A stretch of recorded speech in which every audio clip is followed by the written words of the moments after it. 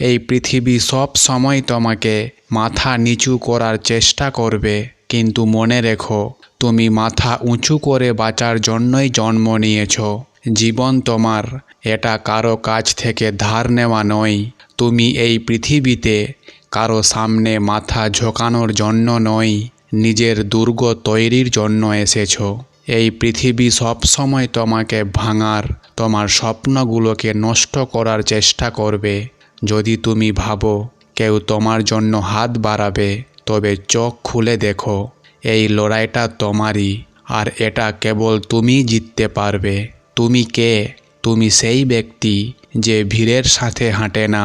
তুমি সেই ব্যক্তি যে বাকিদের মতো রোবটের মতো জীবন কাটায় না। তুমি সেই ব্যক্তি যে এই সিস্টেমকে পাল্টে দিতে পারো। কিন্তু শোনো, এটা সহজ হবে না, এটা তোমাকে কষ্ট দেবে, কিন্তু এই কষ্টই তোমার আসল শক্তি হয়ে দাঁড়াবে। সাহস রাখো, সুখী থাকা সহজ নয় এবং তা জরুরিও নয়। সুখী থাকা মানে হলো তুমি সেই যুদ্ধ চালিয়ে যাচ্ছ যেটা তোমার স্বপ্ন পূরণের জন্য। নিজের ওপর ভরসা রাখো। এই পৃথিবী চাই তুমি বাহ্যিক জাঁকজমকের মধ্যে আটকে থাকো। তোমার কাছে যদি দামি গাড়ি, বড় বাড়ি কিংবা বাহ্যিক চাকচিক্য না থাকে, তবে তুমি কি এখনো মূল্যবান? যদি না হই, তাহলে তুমি বালির ওপরে প্রাসাদ গড়ে চলেছ। আসল শক্তি জিনিসপত্রে নয়, সেটা তোমার ভেতরেই থাকে। নিজের দক্ষতার ওপর কাজ করো। নিজেকে এমন শক্তিশালী বানাও যাতে এই পৃথিবী তোমার সামনে মাথা নত করতে বাধ্য হয়। জ্ঞান অর্জন করো। তোমাকে প্রতিটা জায়গায় নিজেকে উপস্থাপনার কৌশল শেখা প্রয়োজন।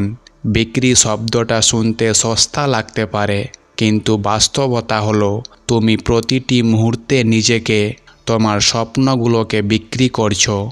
যদি এটা না পারো, তবে তুমি সব সময় অন্যদের ওপর নির্ভরশীল হয়ে থাকবে। পৃথিবীতে নিজেকে প্রমাণ করতে শেখো। নিজের মানুষ তৈরি করো। একা কিছুই করা যায় না।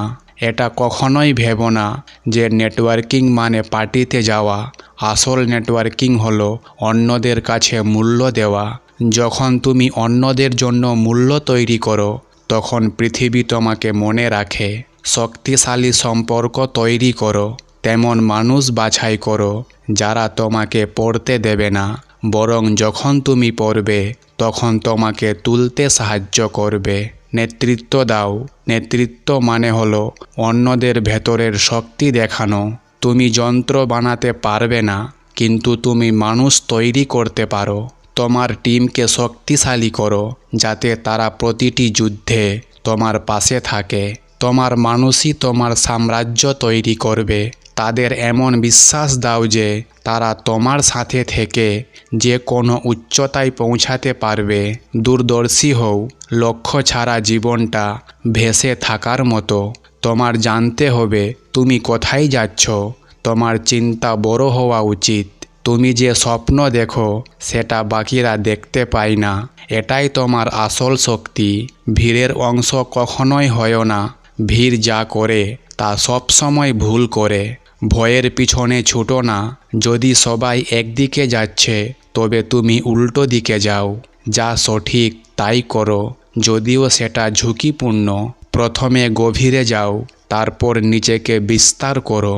পৃথিবী বলে সব জায়গায় হাত রাখো, কিন্তু সত্যি কথা হলো আসল শক্তি আসে এক জিনিসে দক্ষতা অর্জন থেকে। এক জিনিসে ফোকাস করো এবং এতে এমন পারদর্শী হও যাতে পৃথিবী তোমাকে ছাড়া অসম্পূর্ণ মনে হয়।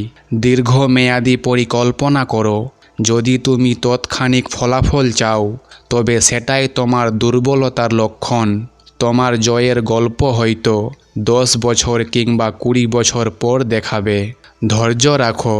যারা আজ ছোট লাভের জন্য ছুটছে, তারা কাল পিছিয়ে পড়বে। নিজের ভাগ্য নিজে তৈরি করো। যারা তোমাকে ভয় পায়, তারা তোমাকে নিচে টানতে চাইবে, কিন্তু মনে রেখো এই লড়াই তাদের নয়, তোমারই। তোমার জীবন এমনভাবে তৈরি করো যাতে কেউ সেটাকে ছিনিয়ে নিতে না পারে।